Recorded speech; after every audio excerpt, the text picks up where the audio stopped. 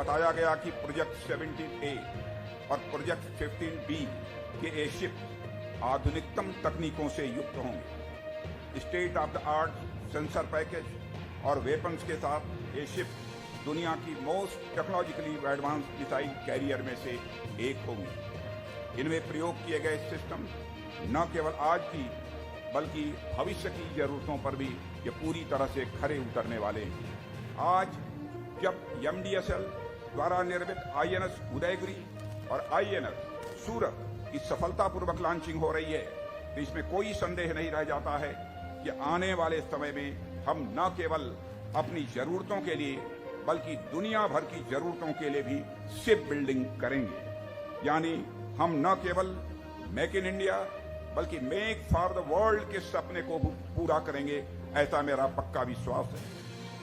साथियों, लगातार बदलते समय और पिछले कुछ समय में उभरी संकटों से आप भली भांति परिचित हैं। उसके बावजूद हमारा देश अपने विकास की गति को बरकरार रखने में पूरी तरह से कामयाब रहा है। आज हमारा देश दुनिया की fastest growing economy, major economy में से एक है। तमाम चुनौतियों के बावजूद हमारे एक्सपोर्ट्स लगातार नए कीर्तिमान कायम कर रहे हैं। इंडिया और ऑस्ट्रेलिया के बीच एक लैंडमार्क बाइलेटरल ट्रेड पैक्ट यानी economic cooperation and trade agreement अभी हाल में ही साइन किया गया है और अन्य पार्टनर कंट्रीज के साथ ऐसे ट्रेड एग्रीमेंट्स के लिए भी काम चल रहा है। GST हो या इनकम टैक्स, इनका अभूतपूर्व कलेक्शन हुआ है और यह सभी हमारे वर्तमान और समृद्ध भविष्य, प्रॉस्परस फ्यूचर की भारत की तस्वीर को हमारे सामने रखते हैं। ग्रोइंग इकोनॉमी का सीधा अर्थ है लगातार बढ़ता हुआ ट्रेड, जिसमें से अधिकांश सी रूट्स के माध्यम से ही होता है। यानी हमारा देश उन देशों में से एक है जिनका इंटरेस्ट इंडियन ओशन से सीधा जुड़ा हुआ है। साथियों, थोड़ा और व्यापक परिप्रेक्ष्य में देखें तो इंडो पैसिफिक, जहां से पूरी दुनिया भर को 2/3 से अधिक ऑयल शिपमेंट होता है, 1/3 बल्क कार्गो और आधे से अधिक कंटेनर ट्रैफिक गुजरते हैं, यानी यह क्षेत्र पूरी दुनिया के अपने इंटरेस्ट को प्राप्त करने में एक की रूट की भूमिका निभाता है। इंडो पैसिफिक रीजन की महत्ता पूरे वर्ल्ड की इकोनॉमी के लिए बहुत ही महत्वपूर्ण हो जाती है। ऐसे में क्षेत्र के एक जिम्मेदार स्टेक होल्डर होने के नाते इंडो पैसिफिक को ओपन, सेफ और सिक्योर रखना इंडियन नेवी का प्राइमरी या ऑब्जेक्टिव हो जाता है।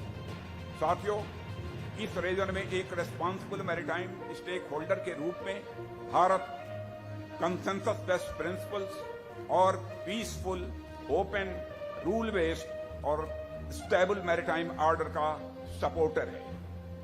इस रीजन का एक महत्वपूर्ण देश होने के कारण इसकी सुरक्षा में हमारी नेवी की भूमिका और अधिक महत्वपूर्ण हो जाती है।